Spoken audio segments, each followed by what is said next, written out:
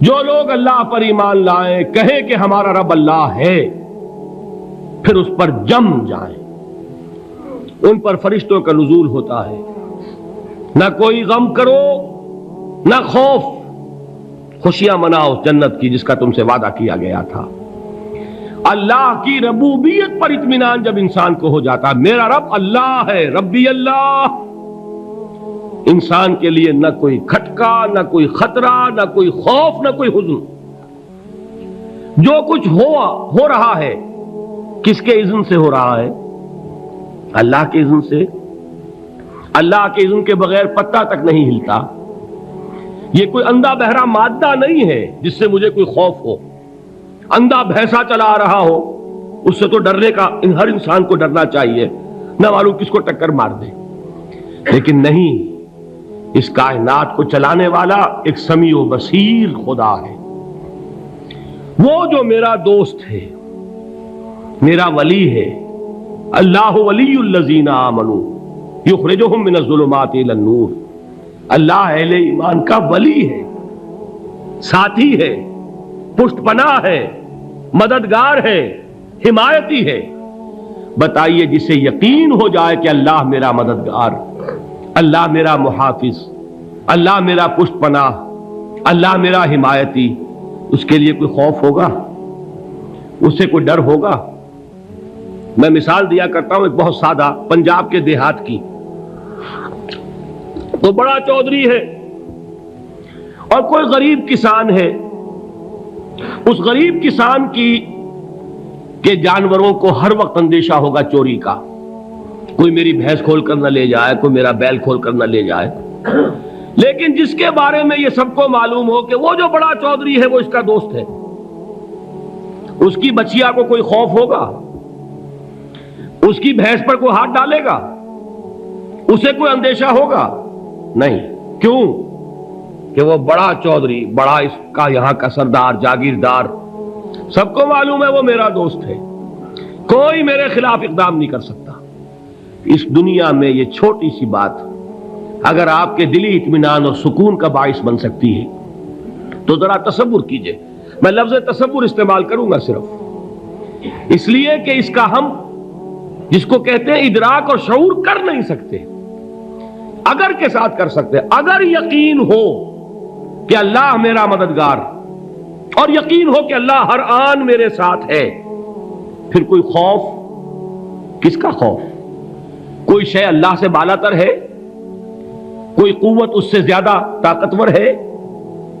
کوئی اس کے ارادے کو بدلنے والا ہے؟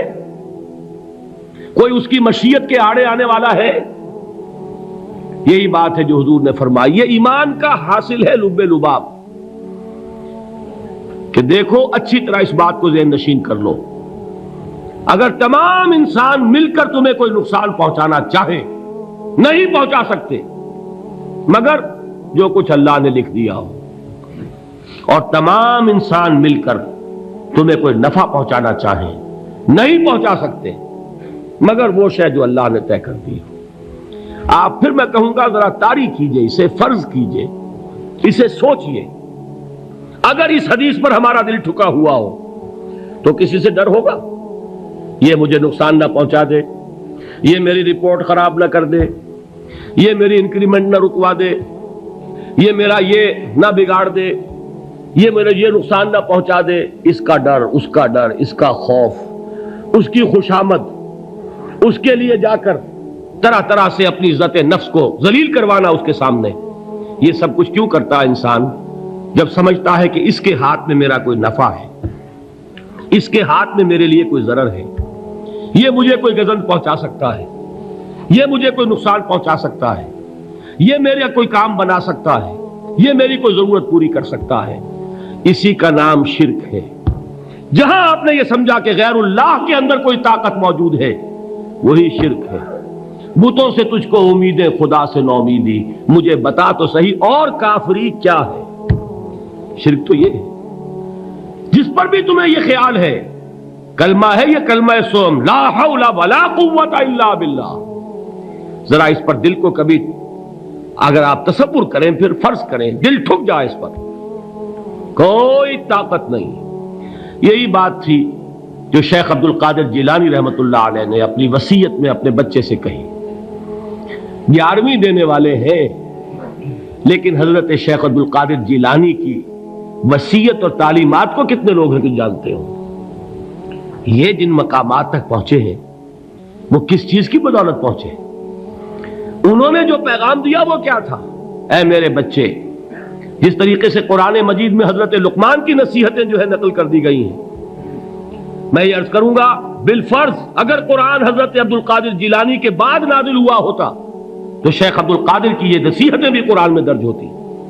اتنی اونچی نصیحتیں ہیں. اے میرے بچے، اس حقیقت کو ذہن نشین کر لے، لا فاعل فی الحقیقت ولا مؤثر الا اللہ. اس کائنات میں نہ کوئی فاعل حقیقی ہے نہ مؤثر حقیقی ہے سوائے اللہ کے. کسی شے میں کوئی تاثیر نہیں اگر اللہ نہ چاہے. آگ جلا نہیں سکتی اگر اللہ نہ چاہے. پانی ڈبو نہیں سکتا اگر اللہ نہ چاہے. زہر ہلاک نہیں کر سکتا اگر اللہ نہ چاہے. کوئی چیز فائدہ نہیں پہنچا سکتی اگر اللہ نہ چاہے. تو در در پہ کیوں سر جھکاتے ہو؟ در در پر کیوں جبیں سائی کرتے ہو؟ سب کے سامنے کیوں ہاتھ پھیلاتے ہو؟ ایک اللہ سے مانگو، ایک اللہ کے سامنے زمین پر اپنی جبین رکھو. لا فاعل فی الحقیقت ولا مؤثر الا اللہ. نظر آتا ہے ہمیں کہ پانی پیاس بجھا دیتا ہے. پیاس بجھانے کی صلاحیت پانی میں نہیں ہے، اللہ کے اذن سے. کھانا بھوک مٹا دیتا ہے، بھوک مٹانے کی صلاحیت کھانے میں نہیں ہے، اذن رب میں ہے. دیکھیے یہی یقین تھا. حضرت موسیٰ علیہ السلام کا واقعہ یاد کیجئے. سامنے سمندر آ گیا ہے، قوم دیکھتی ہے پیچھے کہ گرد و غبار کا طوفان ہے. معلوم ہوا کہ فرعون اپنے لشکر سمیت آ گیا ہے. لشکر جب چلتا تھا تیز رفتاری کے ساتھ تو گرد و غبار کا جو طوفان اٹھتا تھا اس کا تصور کیجیے. اور لمحہ بلمحہ وہ قریب آ رہا ہے. پوری قوم نے کیا کہا؟ اے موسیٰ انا لمدرکون، اے موسیٰ ہم کو پکڑے گئے. قرآن مجید نے تو یہاں وہ باتیں نہیں لکھی ہیں، لیکن تورات میں یہ درج ہے کہ بنی اسرائیل جھگڑنے لگے، دست و گریبان ہو گئے موسیٰ کے ساتھ. موسیٰ ہمیں یہاں مروایا لا کر، اس سے تو ہم ہی بہتر تھے. وہاں کھانے کو ملتا تھا، زندگی تو تھی، بیگار ہم کر رہے تھے، موت تو نہیں تھی. اب جو کچھ ہوگا اس کا تصور کرو، جس طریقے سے ہمارے ٹکڑے اڑائے جائیں گے. تو لڑ رہے ہیں حضرت موسیٰ علیہ السلام سے. یہ تورات کی تفصیل ہے. قرآن میں صرف اتنا آیا ہے، پریشان ہو کر انہوں نے کہا انا لمدرکون، موسیٰ ہم تو پکڑے گئے. اس وقت موسیٰ کا جواب کیا ہے؟ کلا ان معی ربی سیہدین. نہیں، میرے ساتھ میرا رب ہے، وہ راستہ دے گا. بتائیے کہاں راستہ نظر آ رہا ہے؟ یہ ہے ایمان بالغیب. راستہ نظر نہ آئے تب اللہ پر یقین ایمان ہے. جیب میں پیسے ہوں اور تب دل کو اطمینان ہے تو ایمان کس پر ہوا؟ پیسے پر، اللہ پر نہیں.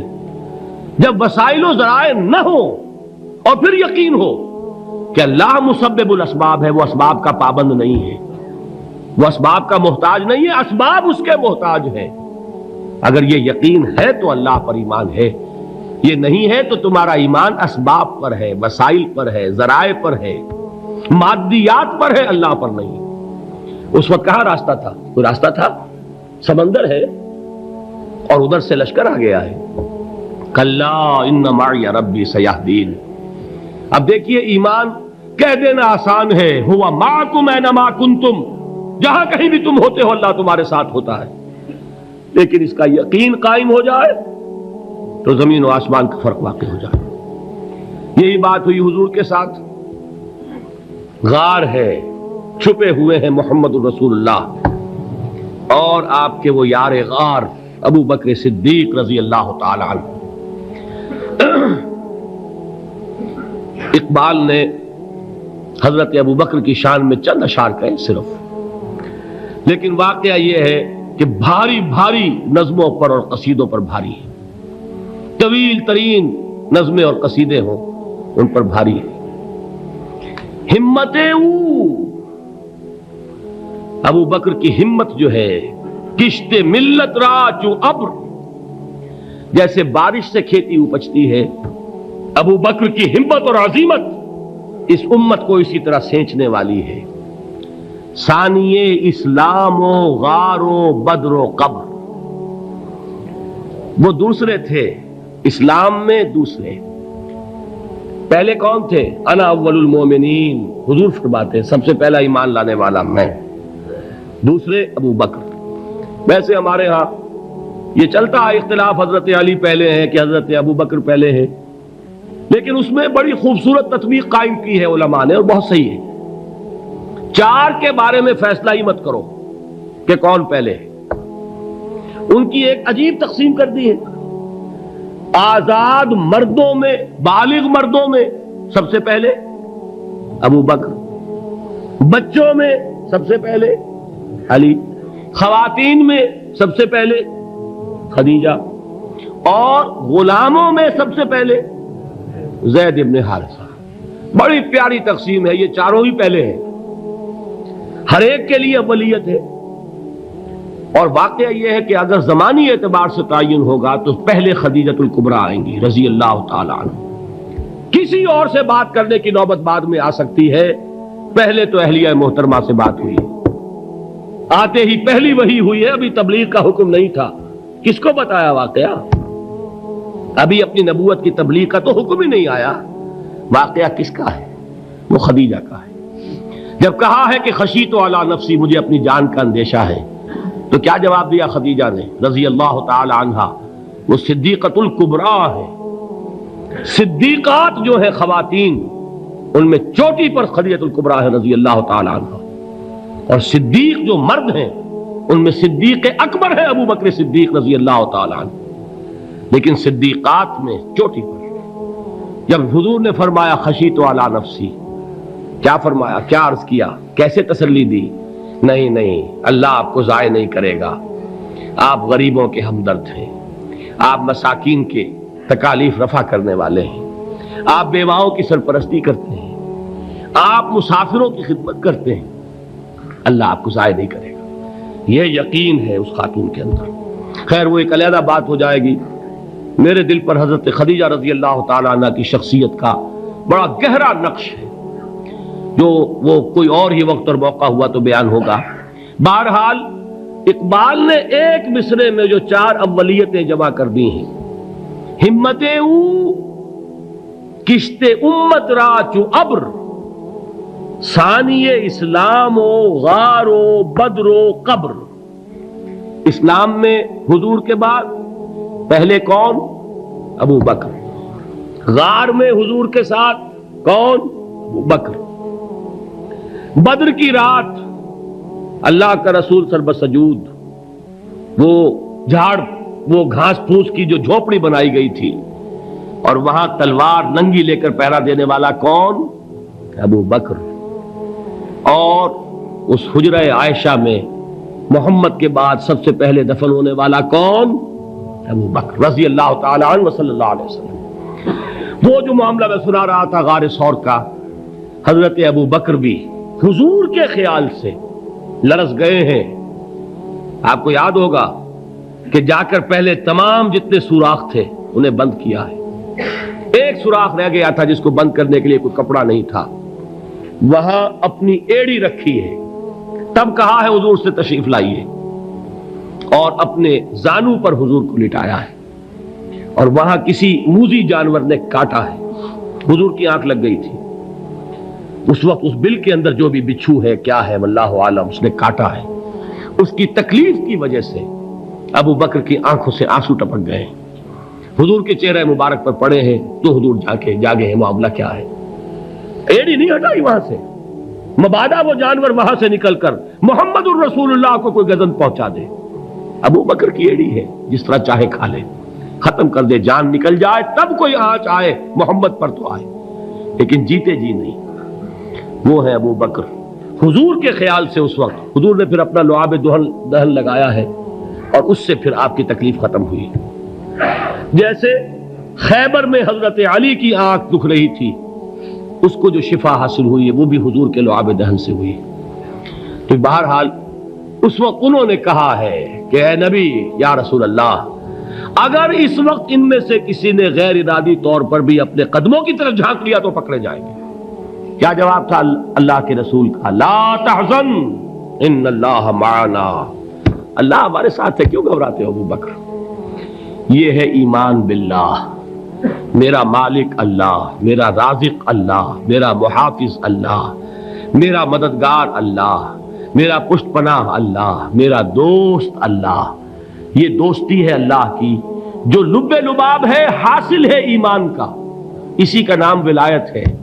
اولیاء اللہ کے سروں پر سینگ نہیں ہوتے، جس کے دل میں ایمان راسخ ہو چکا ہو وہی اللہ کا ولی ہے، جسے اللہ پر یقین ہو چکا ہے وہی اللہ کا ولی ہے، جسے یقین ہے اللہ میرے ساتھ ہے، میرا مددگار، میرا پشت پناہ، میرا ساتھی، میرا دوست، میرا محبوب، میرا محب۔ اللہ اہل ایمان سے محبت کرتا ہے۔ واللہ یحب الصادقین، ان اللہ یحب الذین یقاتلون فی سبیلہ صفا کانہم بنیان مرصوص۔ اللہ محبت کرنے والا، اہل ایمان محبوب، اور اہل ایمان محبت کرنے والے اللہ محبوب۔ والذین آمنوا اشد حبا للہ۔